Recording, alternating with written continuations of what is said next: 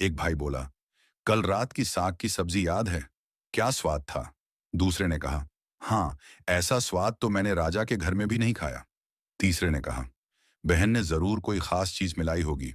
सबने तय किया कि आज शाम बहन से पूछेंगे कि उसने क्या डाला था। शाम को जब वे घर लौटे, बहन ने फिर खाना बनाया। भोजन के बाद बड़े भाई ने प्यार से पूछा, बहन, कल रात साग में ऐसा क्या डाला था?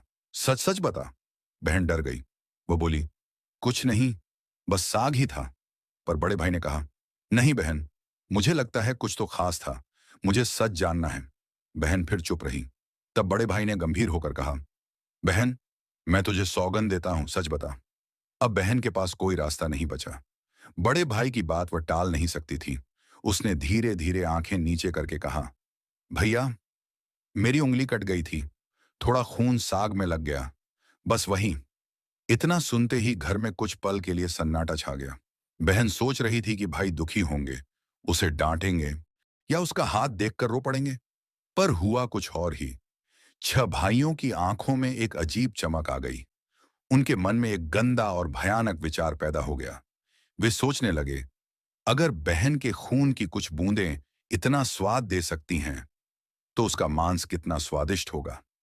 बहन को पता ही नहीं था कि उसके अपने भाई अब शैतान बन चुके हैं। रात को जब बहन सो गई, सातों भाई आपस में बातें करने लगे। बड़ा भाई बोला, भाइयों, सोचो, खून की बूंदें इतनी स्वादिष्ट, तो मांस कितना स्वादिष्ट होगा। बाकी छह भाई भी हंसने लगे। उनके मन में कोई दया नहीं थी, बस लालच था। केवल सातवां भाई चुप बैठा था। वह छोटा था, पर उसका दिल साफ था। उसे यह सब सुनकर अंदर से झटका लगा। उसने मन ही मन कहा, यह क्या सोच रहे हैं मेरे भाई? यह तो पाप है। यह तो अपनी बहन को मारने की बात है। पर वह खुलकर विरोध भी नहीं कर सका, क्योंकि बड़े भाई का डर और बाकी भाइयों का साथ बहुत मजबूत था। अगले दिन जंगल जाने के बहाने वे एक टीले पर गए और वहां बांस का एक चांग बनाया। वह बांस का ऊंचा चबूतरा था, जिस पर खड़ा होकर आसानी से तीर चलाया जा सकता था। उनकी योजना साफ थी। बहन को वहां बुलाएंगे, बांधेंगे और तीर मारकर मार देंगे। छोटा भाई सब देख रहा था। उसका दिल कांप रहा था। वह बहन को बचाना चाहता था, लेकिन वह अकेला था। अगले दिन बड़े भाई ने बहन से मीठी आवाज में कहा, बहन, अब तू बड़ी हो गई है। हम तेरी शादी करवाना चाहते हैं।